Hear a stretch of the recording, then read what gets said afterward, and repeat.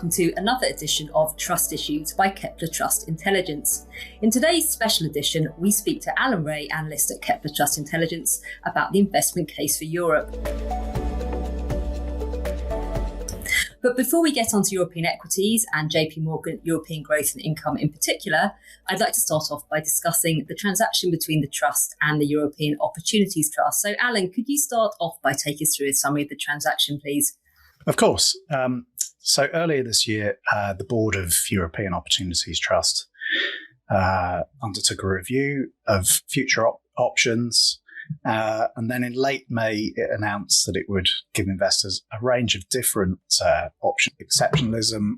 And, personally, I think that's probably a bit premature, but it certainly contributed to investors looking more closely at other markets and helped to raise Europe's profile. And fund flows over the last year and a half support the idea that investors are allocating more to Europe and less to the US for the first time in many, many years. So we should say at this point, for investors that do want to read about the details of that transaction, the shareholder circular is available on JEGI's website.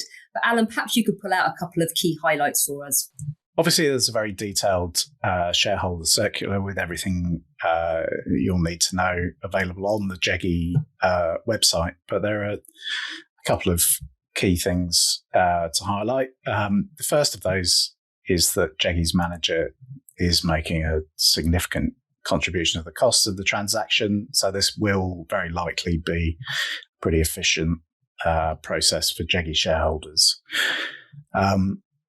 Then we all know that scale can be important for investment trusts. And, it's been a big theme of the last few years as we've seen various trusts merging, and it can help improve secondary market liquidity in the shares. And it also spreads any fixed costs over a larger asset base. But JEGI also has a tiered management fee, and this means that any new assets coming into JEGI will move the average management fee lower and reduce its ongoing charges, which are already the lowest in its peer group. So there's a very immediate benefit to shareholders from new assets coming into the trust. And although JEGI already has some very attractive debt, which I'll talk about a bit later, over the longer term, larger investment trusts will have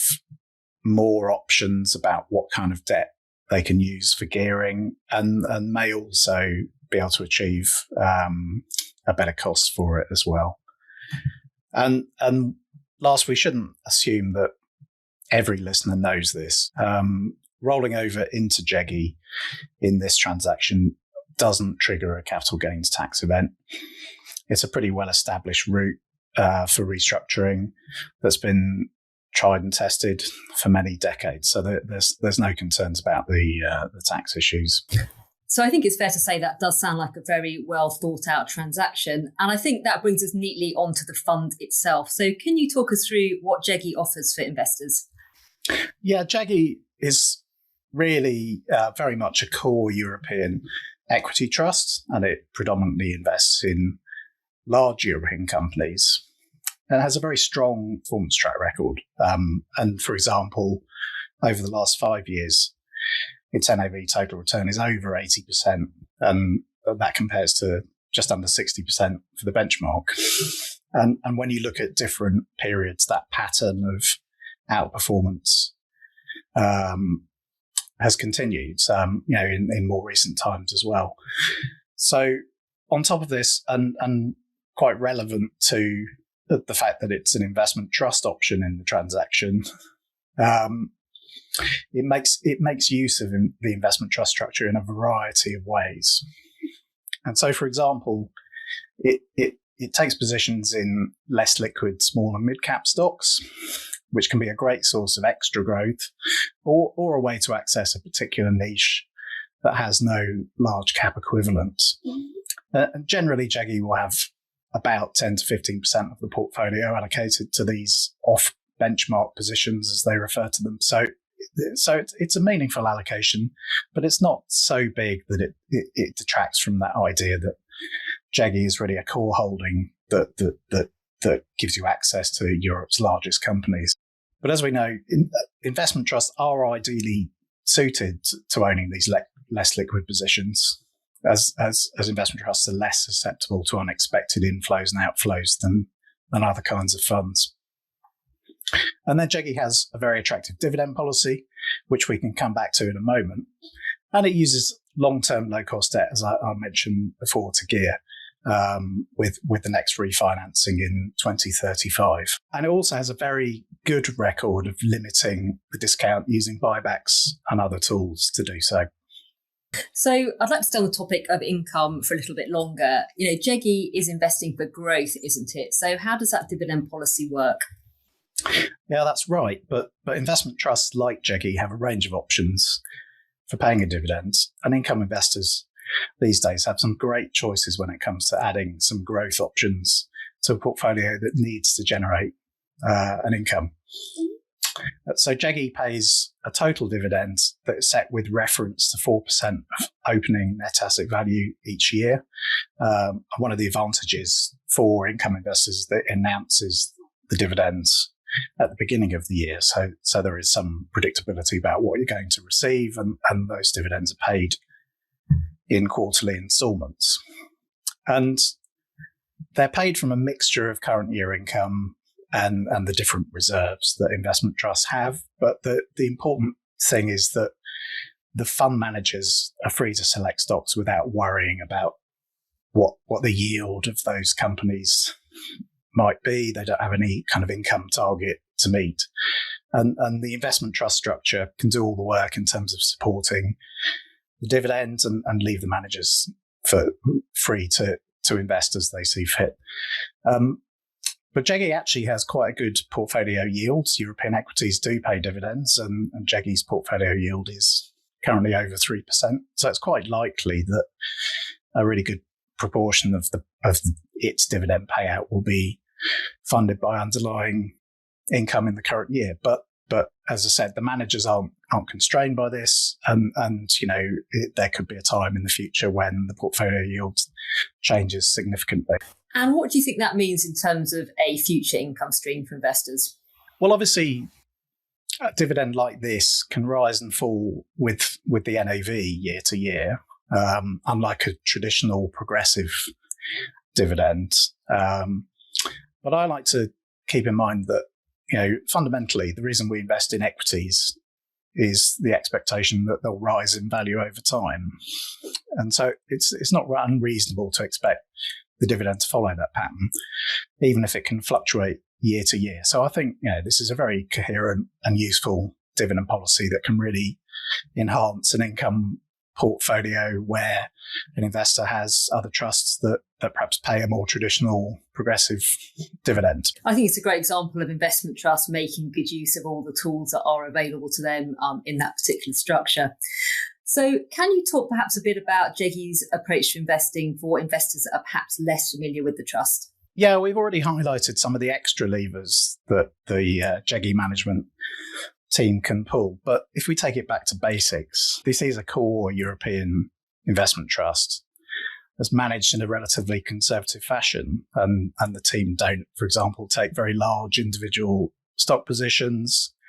And generally, the portfolio runs to about 100 holdings. So an individual company running into difficulty isn't going to have a huge negative impact on overall returns. And the team also don't have any inherent sector biases, and they keep sector and country ratings plus or minus, but they reflect what the weightings in the benchmark are, and so their objective is really to pick stocks within all the sectors, and their long-term analysis shows that, generally speaking, they achieve that. The outperformance we talked about earlier has largely come from stock picking, and you can't really point to a particular sector that they get right more than other sectors.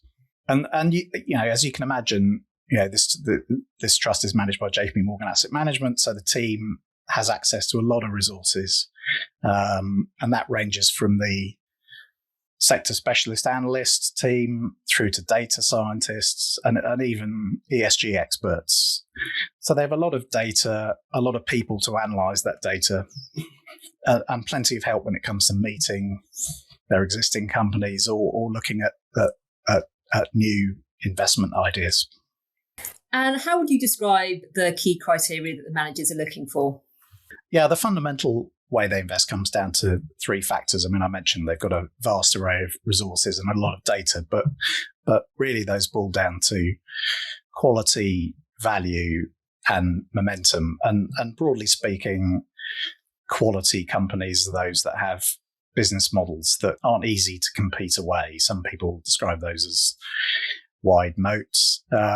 And companies where reinvesting into the business can generate good long-term returns, above the cost of capital. So they'll look at the factors that indicate that pattern, like return on invested capital, and there'll be some qualitative assessment of that as well. And then, although the team aren't pure value investors by any means, they do believe that valuation does really matter as a starting point, and they pay really close attention to absolute and relative valuations, and that's on a historic basis. There's traditional trading PE, but also more forward-looking bases, looking at the growth forecasts against price earnings ratios, for example. And then the final element is momentum, and a lot of experience behind this tells the team that when companies start to report improvements or deteriorations, for that matter, in their earnings to the market, these can persist over several cycles of reporting, and the market often overlooks the early signs of that change and waits for more evidence, and by really paying close attention to those reporting cycles and analysing company statements, the team can start to identify changes in direction at an early stage before the earnings momentum starts to convert into share price momentum, which is obviously the point at which the market wakes up to an improvement. And a great example here for JEGI in the last couple of years is that they recognised that European banks had made quite significant improvements in the quality of their business, and the market was very slow to recognise that was being converted into earnings growth, and eventually that turned into pretty significant share price momentum. So I think overall, I'd say JEGI's investment approach is adaptable to different market conditions.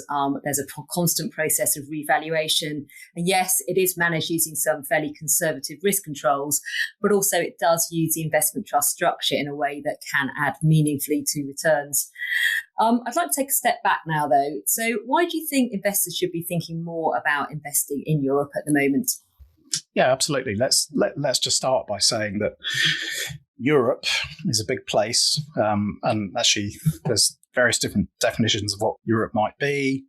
There's a lot of countries with different economies and political systems, and so when we say things like Europe's economy isn't growing as fast as the US, we need to remember that first, that's just an average, and second, many European companies are actually global companies and don't really rely on their home economy to do very well. And the sheer variety of countries and companies means that there are great opportunities for an actively managed trust like JEGI to outperform. But in the last couple of years, various factors have lined up that have made Europe look really interesting. The past theory was that, exactly as I said, Europe has a lot of great companies. You don't need to worry too much about economic activity to profit from investing, but there are some kind of positive push and pull factors, which is how I think of them, which have come together to make global investors take a much greater interest in Europe recently. I'll start with the push factors. When you think about it, these are pretty easy to understand. The US equity market has performed incredibly well, and there's millions of column inches talking about the Mag 7 and concentration risk, and I think everyone's probably quite well versed in that, and it's led to a situation where investors have become quite worried because the market's performance has been driven by very few stocks, which now have a combined market cap that is very, very dominant in the S&P 500, for example. That means that valuations are very high, and it means that the US market overall has just become such a big part of global portfolios that, again, you have this concentration risk at a global level as well as at a stock level.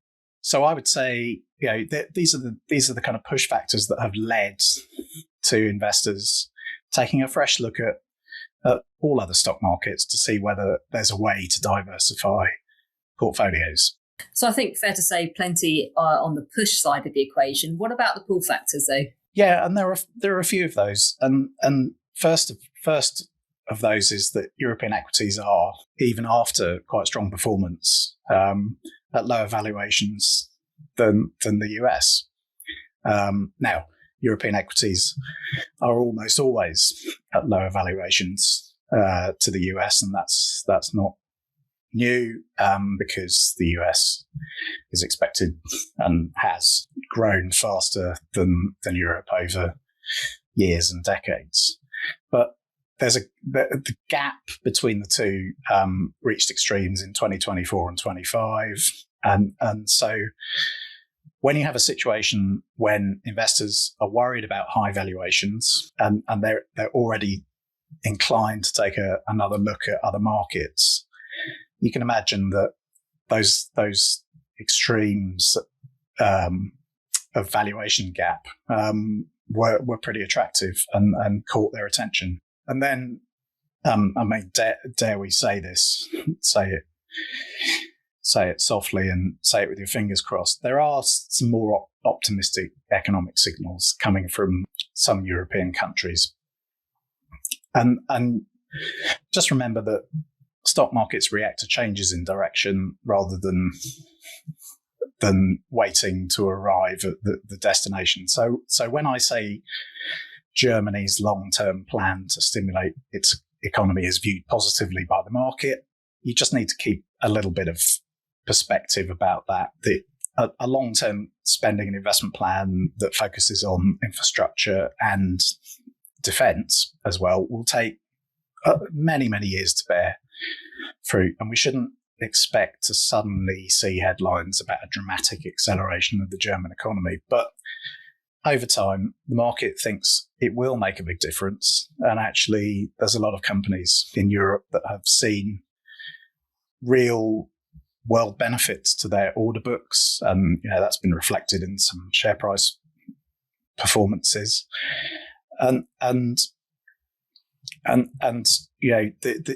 it's that change of direction that people are really paying attention to, and don't forget that whereas I made that caveat at the beginning that Europe is a collection of very different economies, Germany is the largest and most influential. So if there's a positive story to tell about Germany, it can be very influential on markets overall.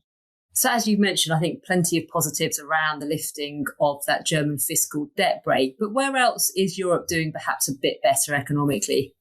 Yeah, another example is Spain, and you could look at this as a recovery story. It's travelled a very long road to recovery after the financial crisis, which it seems like a dim and distant memory to many, but perhaps isn't quite so dim and distant in Spain. But it's now in a much better place. Spain has bet very heavily on renewable energy, and it's got a great climate and plenty of space to install a lot of solar power. And with oil prices high and volatile, Spain is much less exposed to the difficulties that can cause an economy. And it's also seen a really big consolidation of its banking sector. 20 years ago, this is true in other countries in Europe as well. Lots and lots of small, inefficient banks. There's been a big consolidation, and the banks that remain have begun to be recognised as quality businesses with the chance to grow their earnings. And actually, this is a good example of where the JEGI team were pretty early to recognise this pattern in European banks. Not necessarily in Spain, but in other markets, and it's been a really big contributor to their performance.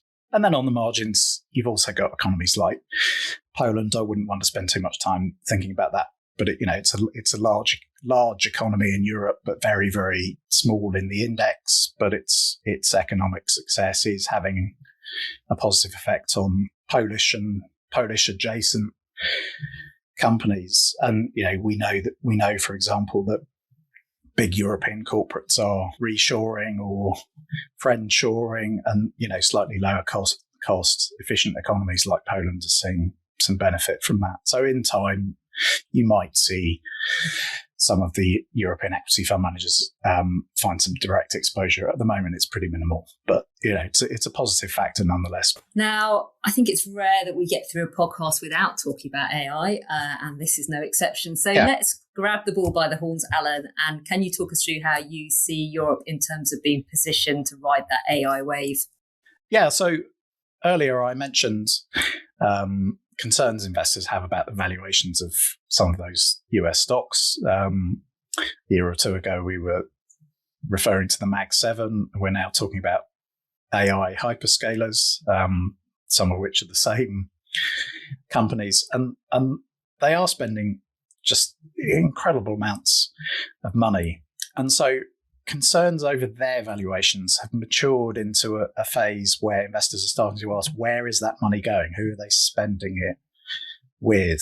Who's benefiting from this amazing CapEx cycle? And I think we all know there's a huge supporting cast required to make the AI show work properly. And Europe has its fair share of businesses that can and are benefiting from all that spending. And Europe is one of its strengths is industrial companies, for example, and there are businesses that make the control and switching systems for data centers. Some very basic things like data and electricity cables. Europe is the global champion in certain aspects of specialist semiconductor equipment manufacturing, and obviously power generation to make the whole thing light up is really important as well. So there's a long list of companies that are benefiting from this CapEx, and so I identified that high valuation in those US stocks as a push factor, but I think it's matured into a pull factor as investors have started to realise that that money is going somewhere, and Europe has this universe of great companies that in some cases be at lower valuations than US equivalents, and they're benefiting from this right now. There has also been some chat about the US's decline in importance as a safe haven, and maybe about an end to US exceptionalism. And I personally think that's probably a bit premature, but it's definitely contributed to investors looking more closely at other markets and helped to raise Europe's profile. And fund flows over the last year and a half support that idea that investors are allocating more to Europe and less to the US in a way that they haven't done for many years. So it sounds like it's been a pretty busy time then for European fund managers. Yes, and what's been so impressive about JEGI is the performance I mentioned earlier has happened over a period where different investment styles have swung in and out of favour. Higher interest rates have upended growth and valuation assumptions, and more recently, developments in AI have upended assumptions about different business models, which have seen some big swings up and down in share prices. So I think if I were to sum up what's been a very wide-ranging discussion, Europe has benefited from investors looking beyond the US for diversification. That's been supported by low valuations and also an improving economic backdrop in Europe.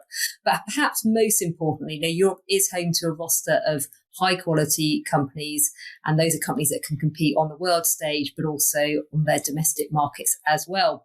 So on that very positive note, I think we'll draw a line on today's podcast. So all that's left me to say is, Alan, many thanks for joining us today. And you can visit JEGI's website to find out more information about the trust. You'll also find our latest research note on the Kepler Trust Intelligence website. Thanks very much for listening to our special edition on Europe, and we hope you join us again soon. Past performance is not a reliable indicator of future results. The value of investments can fall as well as rise, and you may get back less than you invested when you decide to sell your investments. It is strongly recommended that if you are a private investor, independent financial advice should be taken before making any investment or financial decision. Please be aware that there can be a time lag when we release podcasts, meaning time-sensitive information may no longer be accurate at the time of publication. Kepler Partners LLP has a relationship with some of the companies covered in this podcast, which may impair its objectivity. Kepler Partners LLP is authorised and regulated by the Financial Conduct Authority.